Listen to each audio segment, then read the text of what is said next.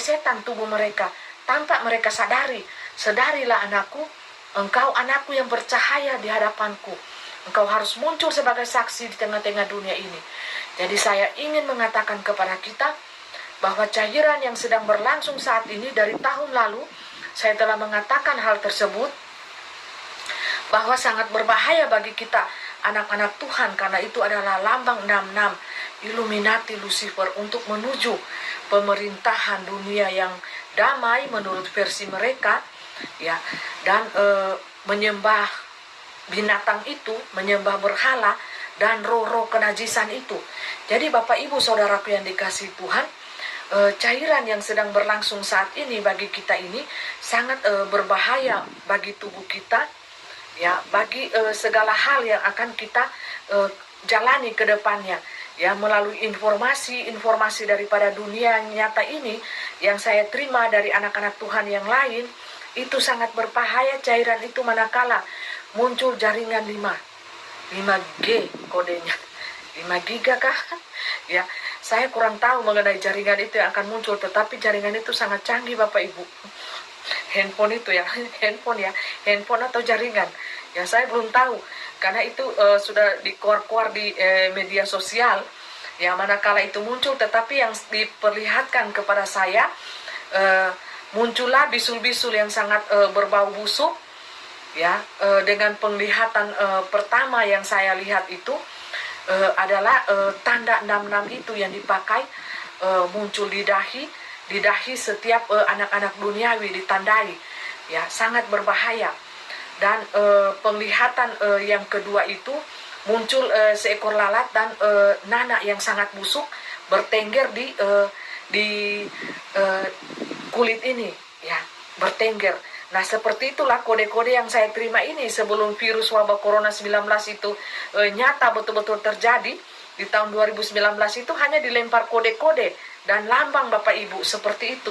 Kain putih, malaikat Tuhan mengikat kepalanya dengan kain putih, itu tanda kematian, ya. Dan sabit malaikat Tuhan itu diangkat, dikatakan bahwa itulah penuaian jiwa-jiwa di ambang kematian. Jadi para pekerja Tuhan ini harus bekerja dengan giat sekali. Karena apa? Matahari ini sudah mau terbenam. Dan setiap para pekerja Tuhan itu, pekerja Allah itu beristirahat manakala waktu sudah malam. Tidak ada para pekerja itu bekerja di waktu malam, tetapi di waktu pagi menjelang siang, sore, dan malam. Pas pergantian waktu malam, semua para pekerja Tuhan itu akan beristirahat. Artinya apa? Akan Tuhan jamu di dalam perjamuannya, pesta kawin anak domba itu di awan-awan. Jadi Bapak Ibu Saudaraku yang dikasihi Tuhan, saya lihat ini sangat berbahaya sekali, sangat berbahaya.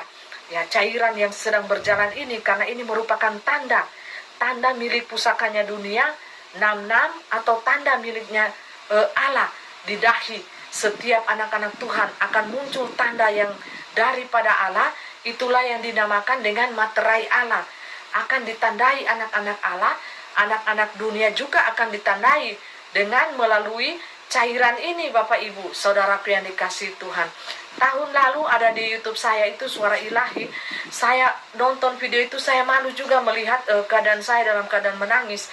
Orang itu kalau mau bikin YouTube syuting itu harus kelihatan cantik, kelihatan menarik. Tetapi di situ saya kok menangis-menangis. Saya sudah tidak malu lagi untuk menyampaikan suara ilahi itu yang sedih.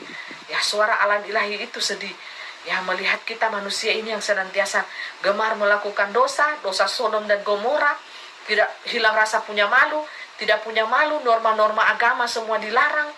Ya, sedih dunia supra ilahi itu sedih Bapak Ibu. Dunia alam Yahweh itu sedih. Ya, saya menangkap itu, dan saya beberapa kali menangkap pesan itu Bapak Ibu. Dari alam ilahi sedih Bapak Ibu. Dan saya sedih juga pada saat saya masuk di dunia dimensi lain itu, tidak berhenti air mata saya menetes seperti air keran, dan saya sangat sedih. Ya, manakala suara ilahi itu dan para malaikat itu berkata, dunia manusia ini belum siap ya Tuhan, ya Tuhan, tetapi memakai bahasa roh. Saya tidak mengerti bahasa mereka, tetapi yang saya tangkap itu di dunia roh sangat sedih. para malaikat yang naik turun ini yang hidup di antara kita manusia ini, yang menjaga manusia ini. Mereka bilang dunia manusia ini belum siap, belum siap. Jadi ada dunia ilahi ini ada seperti yang menahan juga waktu ini. Tuhan jangan dulu datang ke tengah-tengah dunia ini. Dunia manusia ini belum siap. Laporan malaikat kepada Tuhan. Dunia ilahi itu Bapak Ibu, dan saya tangkap saya ada di situ. Dan badan saya terjadi seperti patung dan kesetrum tegangan tinggi Bapak Ibu. Itu yang saya alami, nyata dan benar-benar nyata, dan saya berkata-kata dengan tidak memakai bahasa manusia. Saya tidak tahu bahasa itu, bahasa roh, dan saya melihat bahwa dunia itu ada di bawah. Dan seperti lubang yang besar kalau dilihat dari atas. Saya berada di awan-awan itu, dan saya tahu bahwa itu dunia ilahi, surga, dan saya melihat di situ. Dan saya tidak melihat Tuhan Allah itu karena bersinar penuh kemuliaan. Yang saya hanya lihat begini sepintas lalu ke depan, penuh sinar kemuliaan, dan saya tidak sanggup untuk menatapnya. Dan saya hanya mendengar, suara Tuhan itu, tidak ada penundaan waktu lagi. Jikalau waktuku itu telah tiba, tidak ada lagi yang bisa menundanya. Karena waktuku sudah sangat dekat untuk datang ke tengah-tengah dunia ini. Dan pada waktu tidak lama setelah itu, saya mendapat pesan daripada Roh Kudus itu berkata bahwa 2023 adalah tahun misteri bagi kita manusia, dan ada cahaya kemuliaan Tuhan di situ terjadi. Saya melihat ada cahaya yang muncul. Saya tidak tahu apakah 2023 ini retur atau apa, tetapi itulah dikatakan Roh adalah tahun misteri bagi kita anak-anak Tuhan. Dan saya melihat cahaya di situ muncul Bapak Ibu. Cahaya berkilauan muncul di tahun 2023. Saya tidak tahu apa itu, karena itu ada dikatakan Roh adalah tahun misteri bagi kita anak-anak Tuhan. Untuk itu kita bersiap, berjaga-jaga, kita bertobatlah kita dari segala dosa-dosa kita. Dan kita jangan mau terima tanda binatang itu 66 di dalam tubuh kita. Kalau manusia kedagingan, manusia dunia nyata ini bangga menerima tanda itu, biarkanlah mereka bersuka cita dengan tanda itu. Biarkan mereka bergembira dan bangga dengan tanda itu. Kita anak-anak Tuhan yang peka mendengar suara Roh Kudus itu berbicara di dalam hati kita. Manakala dikatakan tanda itu adalah tanda yang sangat berbahaya bagi kita, yaitu tanda binatang itu. Mari kita berjaga-jagalah. Karena apa? Waktu dalam pemakaian tanda itu, kita anak-anak Tuhan akan menderita selama kita berjalan tengah-tengah dunia ini. Karena apa? Selama itu kita tidak boleh menjual, membeli, tidak boleh ngapa-ngapain kita di tengah-tengah dunia ini. Kita tidak bisa berbuat apa-apa, kita tidak bisa masuk minimarket, kita tidak bisa berbelanja di pasar, kita tidak bisa mengurus segala surat apapun juga di pemerintahan, gedung-gedung apapun juga, jikalau kita tidak didapati memakai tanda tersebut. Dan kita tidak bisa berjalan-jalan ya di bandara, naik bis. Karena apa? Ada pemeriksaan setiap pos di dalam desa, kota itu akan dijaga ketat. Ya, di dalam memakai memeriksa tanda itu, tanda binatang lambang 66 itu semua pemerintahan dunia akan memakai aparat negara Bapak Ibu. Ya. Jadi TNI Polri ini akan terlibat ya pada masa itu. Masa ini mungkin kita masih ada kelonggaran sedikit waktu lagi. Di masa itu saya melihat kita akan dikejar-kejar, diburu, dan akan dibunuh Bapak Ibu.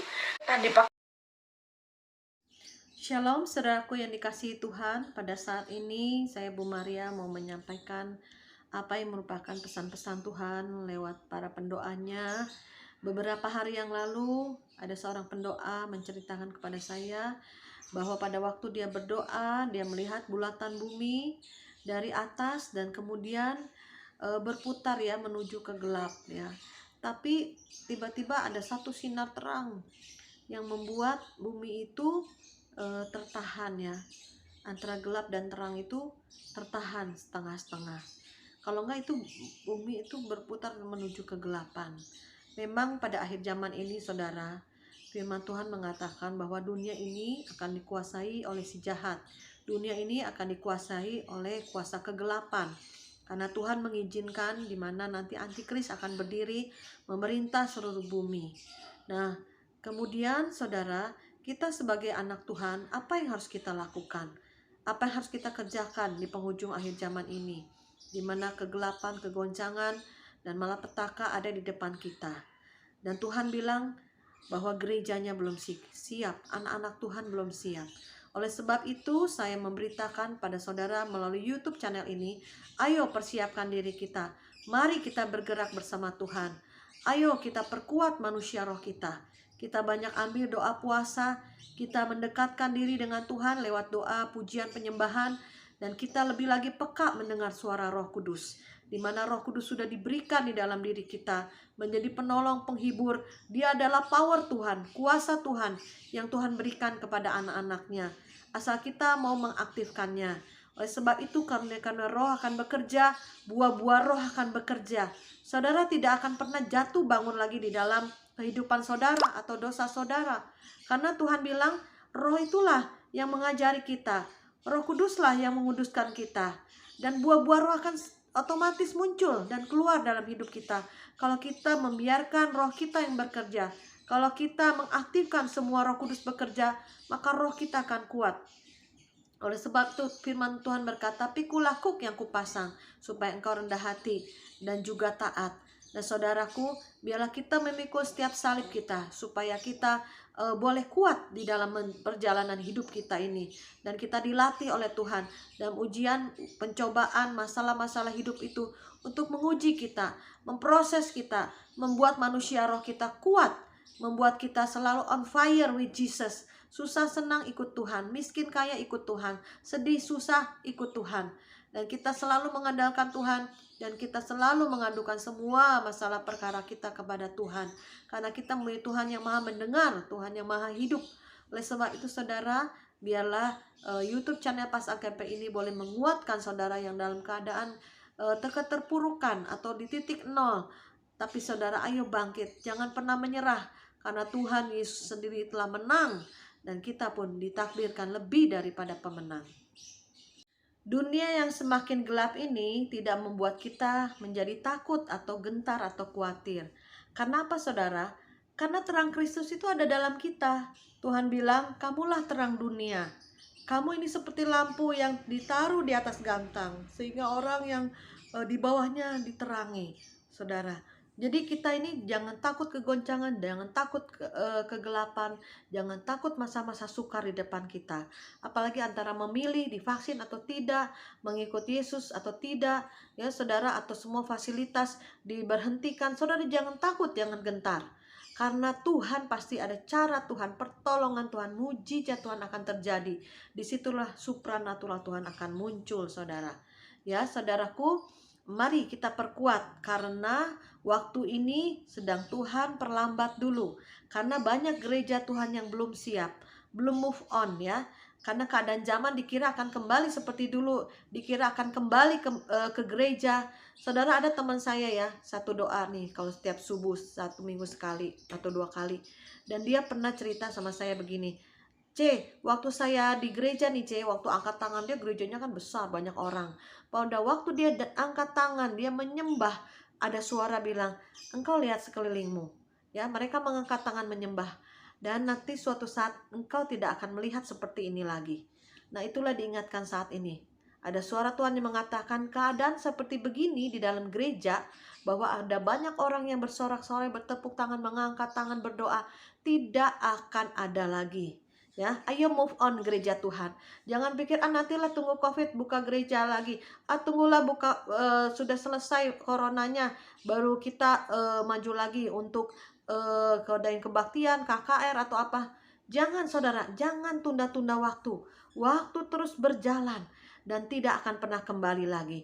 Keadaan zaman pun tidak akan pernah kembali lagi. Yang bisa kita kerjakan, kerjakan. Apalagi saudara seorang gembala yang mempunyai banyak sekali jemaat. Ayo aktifkan, kasihan mereka. Mari bergerak dari rumah ke rumah. 2-3 orang berkumpul lewat WA video call atau lewat Zoom atau langsung di rumah 3 orang, 4 orang. It's okay, berdoa nguatin. Kalau ada yang kekurangan, bagi sembako, bagi makanan, bagi pakaian. Mari kita bergerak, jangan menunda-nunda, menunggu. Tidak akan berhenti, tidak akan kembali seperti dulu. Mungkin juga tidak akan bisa bergereja lagi, saudara. Karena kesesakan di depan akan bertambah banyak. Karena kita nih orang yang suka melihat apa yang akan terjadi di depan, karena Tuhan sudah beritahu dulu. Tuhan sudah memberitahu kita dulu apa yang akan terjadi di masa-masa yang akan datang. Biasanya di alam roh dulu terjadi, maka di alam jasmani akan terjadi. Pernah suatu kali pada saat saya mengikuti satu kebaktian ya. Nah, itu saya dengar suara genderang perang, tapi masih jauh sekali. Nah, itulah saudara, jika di alam roh sudah semakin dekat, ya, genderang perang, akan terjadi peperangan di alam roh, di mana kuasa-kuasa si jahat melawan kuasa-kuasa dari Tuhan. Kitalah pasukan Tuhan, ya. Peperangan di alam roh akan terjadi dahsyat, perebutan jiwa-jiwa akan terjadi dahsyat, maka akan terjadi sampai ke jasmani. Peperangan roh di alam rohani dulu, nah baru di alam jasmani akan terjadi perang dunia ketiga, saudaraku. Nah, disitulah nanti akan ada perjanjian damai. Pada saat perang sudah selesai, perjanjian damai, dan situlah antikris akan berdiri, saudara. Nah, saudaraku, mari kita jangan takut, jangan khawatir akan keadaan zaman sekarang ini. Walaupun sekarang di Jakarta semakin dipersulit, ke supermarket harus pakai surat vaksin, juga ke mall-mall juga. Nah, sekarang warteg-warteg harus ada surat vaksin. Dan saya dengar ya di berita, di mana di negara-negara manapun sekarang sedang bergolak, yaitu menolak vaksin. Karena seperti dipaksakan. Dalam manusia kita nih ada satu rasa yang tahu, di vaksin itu akan terjadi pembunuhan manusia besar-besaran. Yang kuat tubuhnya dia akan tetap hidup, tapi yang gak kuat akan mati, saudara. Ya, itu racun yang dimasukkan ke dalam tubuh kita. Seolah-olah kebaikan, seolah-olah kebenaran, seolah-olah itu baik bagi tubuh kita. Padahal tidak, saudara. Itu iblis yang menyamar, ada sihir yang dimasukkan juga. Hati-hati, saudaraku ya. Maka kita harus kuat manusia roh kita. Dan YouTube channel Agape ini Tuhan yang pegang, Tuhan punya, bukan saya punya. Ada para pendoa, malaikat-malaikat menjaga, berperang di alam roh. YouTube ini terus akan menyuarakan suara Tuhan. Kita jangan takut dan gentar, karena kuasa Tuhan lebih. Kita percaya kuasa Tuhan lebih besar dari kuasa apapun. Saudara, iblis sebetulnya sudah dikalahkan. Karena waktu Yesus mati di atas kayu salib, iblis sudah dikalahkan secara de jure, secara hukum. Tetapi dia masih ada cengkeramannya, ya. Di akhir zaman ini akan segera diambil sama Tuhan, diambil alih secara de facto, ya. Kita ayo antusias, ini peperangan roh. Kita semua semangat, ya. Walaupun tertekan, dijepit, ya. Waduh, yang nggak divaksin jepit, semua fasilitas tidak ada, tapi fasilitas surga akan terjadi satu kali lagi kegoncangan. Yaitu apa, saudara? Saya akan beritakan di YouTube selanjutnya. On fire semuanya, jangan ada yang letih lesu berbeban berat. Tanggalkan semua dosa dan beban-bebanmu. Ayo lari bersama Tuhan sampai garis akhir. Amin.